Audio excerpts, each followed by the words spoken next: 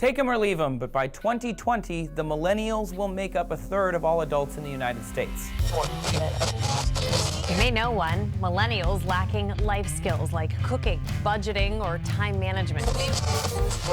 They're not interested in owning a house. Many millennials say buying a home these days is just not an option. She is calling millennials the burnout generation.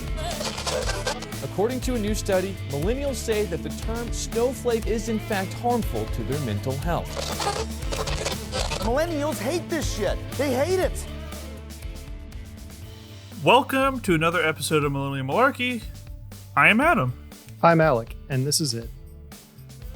Yep, it's just the two of us. This will be the first of many to come as we navigate through these trying times in quarantine. But the first of our Mini Malarkey series, which is going to be a shorter format sort of thing with just 2 or 3 of us from Millennial Malarkey.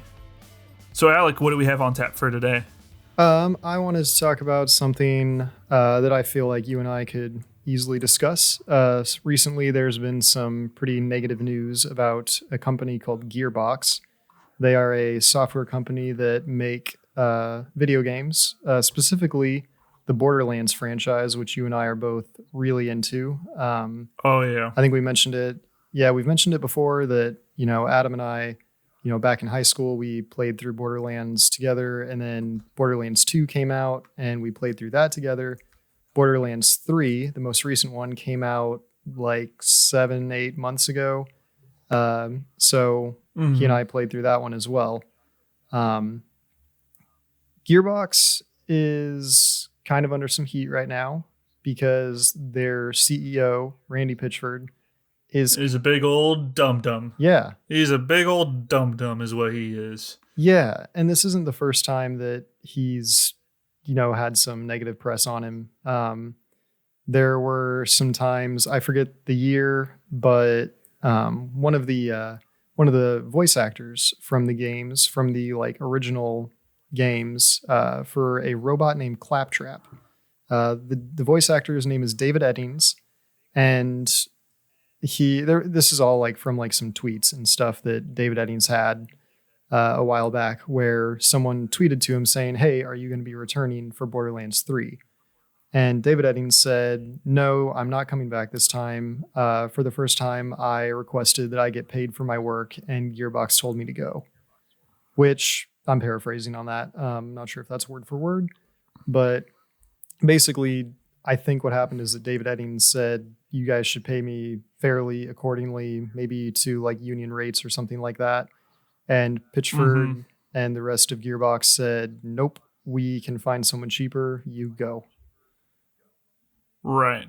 And to play a little bit of devil's advocate is Pitchford had come out and said that they had offered to give Edding, they had made I think he said 2 offers to him at quote fair rates, and that Edding had turned them down.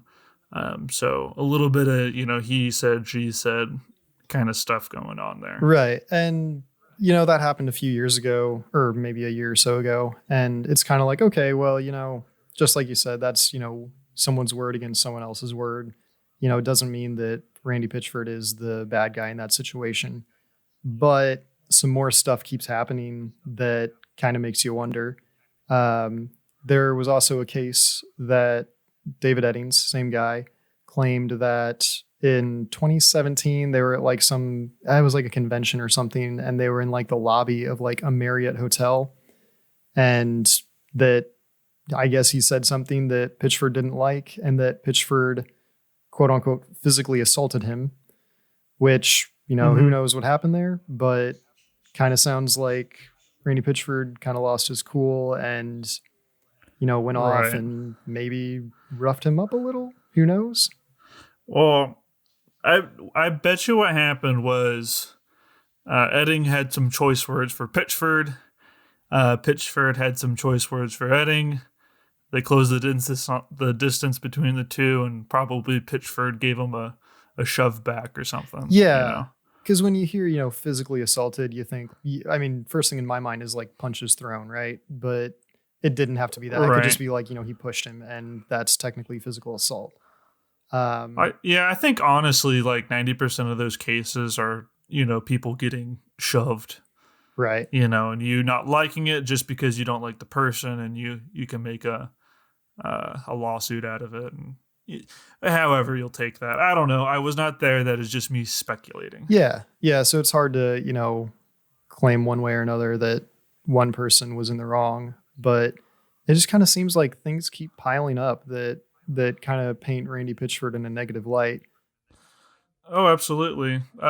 There's also the his lawsuit between him and a lawyer from Gearbox, or an ex-lawyer from Gearbox. Have you heard about that one? I have not. What happened there? So the lawyer's last name is Callender, or Collender. I'm unsure. It's Callender. Anyway, Sure. The lawyer had alleged that Pitchford had made a, quote, secret deal to earn $12 million as an advance on the royalties, and that Pitchford had left a USB drive at a Texas restaurant that contained sensitive corporate information and, quote, underage pornography. That was Pitchford's drive that he left at a restaurant? Yep. And this is the lawyer suing the company after he had worked for the company for 7 years. So this is he left the company or got fired, or however that happened. Yeah. So, and then 10 days later, Gearbox is suing Callender for fraud and the breach in fiduciary duty. So there's a lot of legal slinging back and forth there. But personally, I don't think a lawyer I would tend to trust lawyers, as they are typically your learned men, not your average Joe as a lawyer. I don't think a lawyer would sling around accusations such as, leaving a flash drive with underage pornography and sensitive corporate information at a restaurant. Yeah. But, just another, take it how you will. It's all speculation, I guess, because, I can't really prove that. But take that how you will. What came of that case? Do you know? That is a good question. It's probably still in court. I will try to look it up real quick. Okay, well, you do that. Let me throw this little piece out there. Apparently, another issue that Pitchford had with a voice actor for the game, Borderlands kind of had this like spin-off called Tales from the Borderlands that was made between like Gearbox and Telltale Games.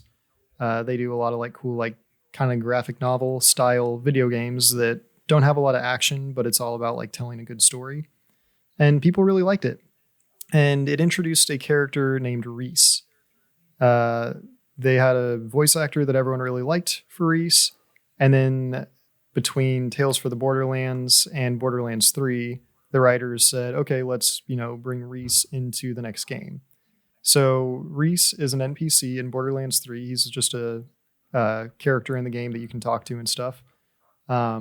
He has a different voice actor this time around. And a lot of this happens on Twitter, unfortunately, which is not the most valid source of information, But I guess what happened is that when the information came out that Reese was going to be in the game, someone tweeted at the voice actor and said, like, oh, that's really exciting. Like, you're in it, right? And he says, no, this is the first I'm hearing of that. They never asked me to come back. And then Randy Pitchford came back on Twitter and said, we asked him to do it, and he said that he didn't want to. So it's another case of like, he said, she said. There's a lot of weird. There's just a lot of weird stuff of like, why do so many people disagree with Randy Pitchford? Why is there just so much, clashing information between him and all these other people? But were you able to find the article or the court case? Yes. So this is from BusinessInsider.com. According to them, actually, Callender and Pitchford were childhood friends. They've been friends for over 40 years. Interesting. Yep, and so the Calendar served as the vice president of legal affairs for the company, and then I guess it doesn't say how he left, but he left the company, and he claimed that Pitchford pocketed a $12 million bonus from a publisher in order to fund the development of the next project, Borderlands 2. But the case was dismissed in court this past October, and that the misunderstandings between both sides had been resolved, and that the dismissal includes a confidentiality agreement. And so both sides have declined to comment further. That doesn't sound very clean. No, it does not. So what it sounds to me is someone paid someone to shut up. Yeah, that's exactly how it sounds. So, but that's just speculation. Yeah, that's what's unfortunate about all this is it is just speculation. And if there was any like concrete evidence that, Randy Pitchford was, doing anything like really wrong, I'm guessing he wouldn't still be the CEO of Gearbox. But I don't know. I've met some pretty stupid people in high places. You'd be surprised on how many stupid people run things. Yeah, that's a fair point too. Yeah. So going off of all the other stuff that has happened with Gearbox and Randy Pitchford, the reason we started bringing it up right now is that within the last week or so, another story came out that kind of makes Randy Pitchford look like a not good guy, is how we'll say it on our family-friendly podcast. He's a bad dude. He is a bad egg. He's not nice. No, he's kind of like what you think of when you think, like corrupt CEO. And honestly, I kind of have this theory that the Gearbox developers created the character of Handsome Jack based off of Randy Pitchford. Handsome Jack is the main antagonist in the Borderlands 2. Yep. Right, as well as he is also in the pre-sequel. Yeah. Correct me if I'm wrong. Nope, you're right. We really don't talk about that one. The Borderlands pre-sequel was made by 2K Australia as opposed to 2K, a company that works with Gearbox. And people didn't really care for it. I thought it was fine, but a lot of people were like, nope, this is bad. We don't like that. And it technically wasn't made by the same group. So we kind of, overlooked that one. But yes, it was the redheaded stepchild. Yeah, exactly. But it very much was about Handsome Jack, who was the corrupt CEO of the company Hyperion in the Borderlands games. And so he's a very very unlikable person. He's very unlikable person. He's a very good antagonist. Oh yeah, he's an excellent villain. He's sadistic. He's really, really funny. Some of the stuff he says. And what makes him such a compelling villain is that you can kind of see his side. You understand where he's coming from. Like his whole mission is to civilize the planet Pandora, which is where the game takes place. And throughout it, you're playing as someone who is trying to stop him because you're trying to keep the planet free.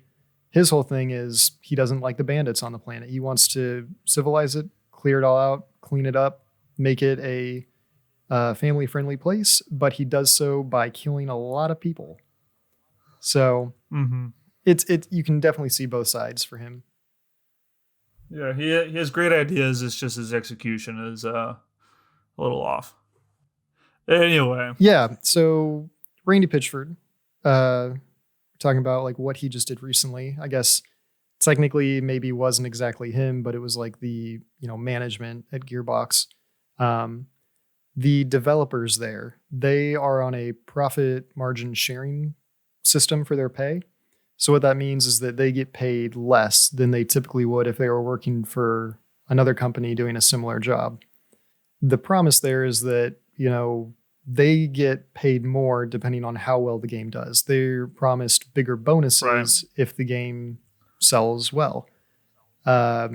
Smaller salary, bigger bonus. Exactly. And the bonuses can get pretty big. Did you have a number? I didn't see what they were promised. I'm sure it changes for, how many years you've worked and positions and blah, blah, blah, blah, blah. But from what I've seen, it was, quote, from like tens of thousands of dollars to hundreds of thousands of dollars.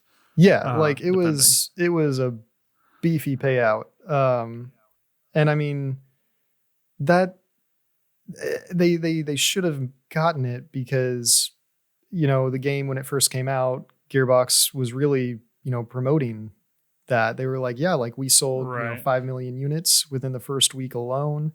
Apparently the game broke a lot of records for how fast it was selling, and that it just really was doing very, very well. So now, a few months ago, the game has been out for, close to a year.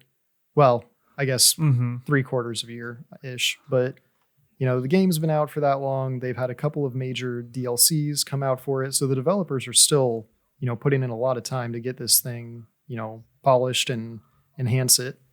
And they were promised that they would get these bonuses. Gearbox came back and said, the game really didn't sell as well as we thought it was going to, so you're not going to get those bonuses we promised. Right. I just don't understand. I can't comprehend how they can, promise that and then say, actually, nah.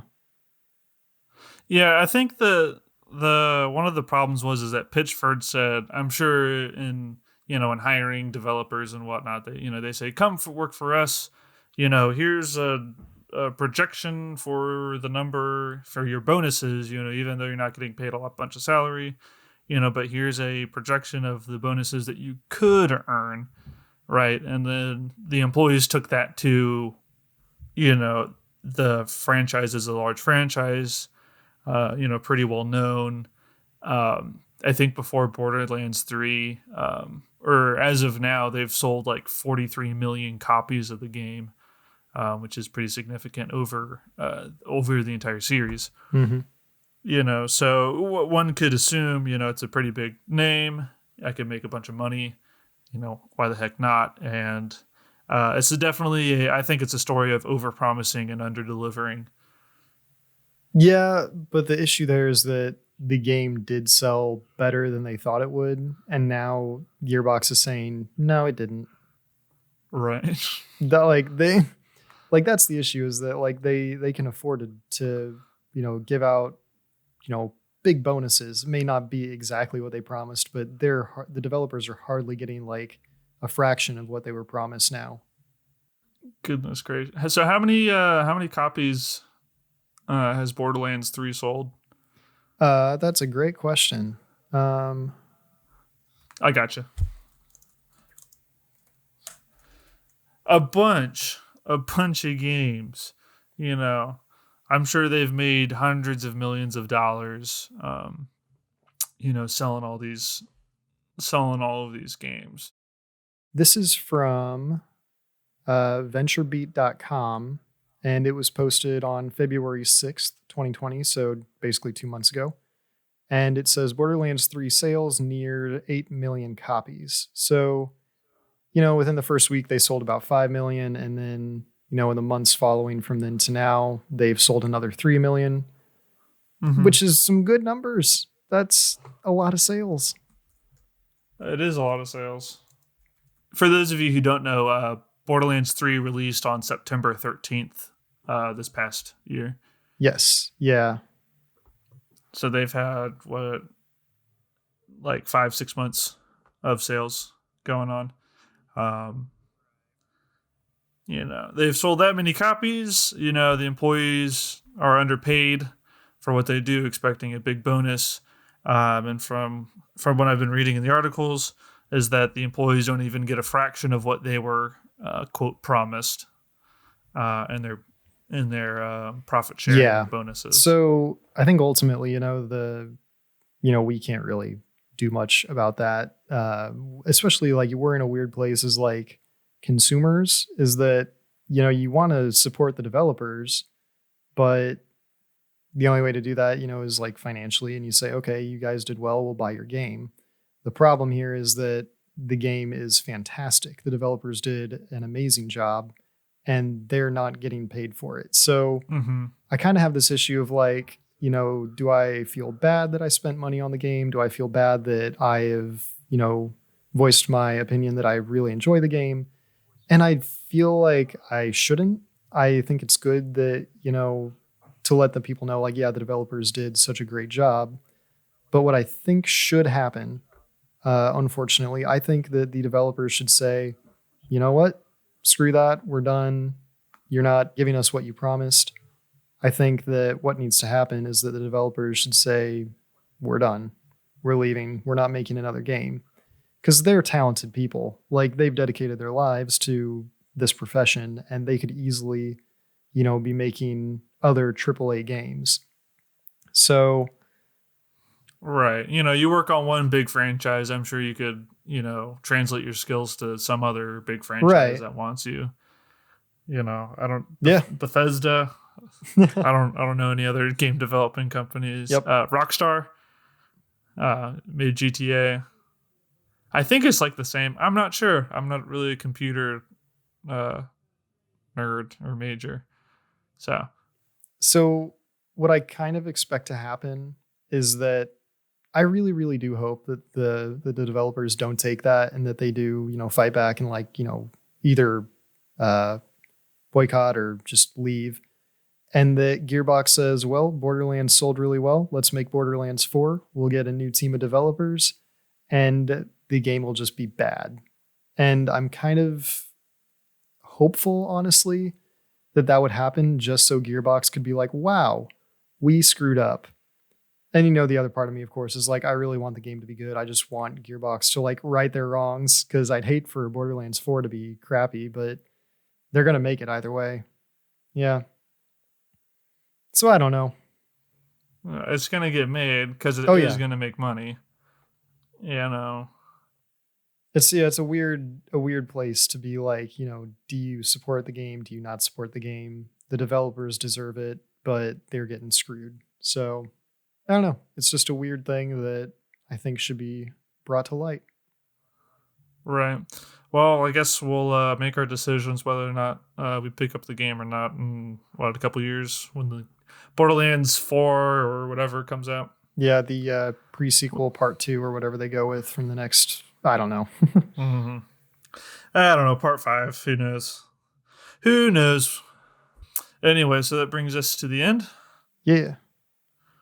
All right. So instead of a would you rather question, we're going to end these mini malarkeys with a fun fact. Yeah. And I guess, Alec, do you know where the world's oldest operating amusement park is located? World's oldest? Yes. I'll give you a hint. It's not in North America. Okay. I feel like it would have or to South be... America. Gosh, I want to say somewhere in Europe then, but I feel like it could also be somewhere in Asia. So... you were more correct with Europe. Okay, so if I just give you a country, will you give me the point? Yeah, sure. Okay, because I'm not going to have a specific city. But let's say Denmark. Wow.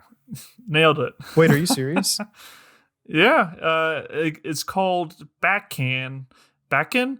Bakken. It's located in Klampenborg. I am probably butchering these names, which is north of Copenhagen in Denmark. Wow. Okay, cool. That was seriously just a guess. You're very good at guessing. Neat. So, yep, it opened in 1583, and the park claims to have over 150 attractions, including a wooden roller coaster built in 1932. I'm not sure if I trust that. No. If I trust that roller coaster. I don't even trust like newer wooden roller coasters. Those things are rickety and they're too bumpy. I hate it. Dude, every time I ride a wooden roller coaster, my spine slides out my bum. Yeah, exactly. I would not trust one that's almost a century old. Yeah, older than my grandparents. Yeah. Wow. Okay. Well, that's cool. Thank you for that fun fact, Adam. Not a problem. Anyway, so that'll wrap us up for this episode of a Mini Malarkey. You can check us out on Twitter at Malarkey. That's MILL Malarkey. See ya. Later.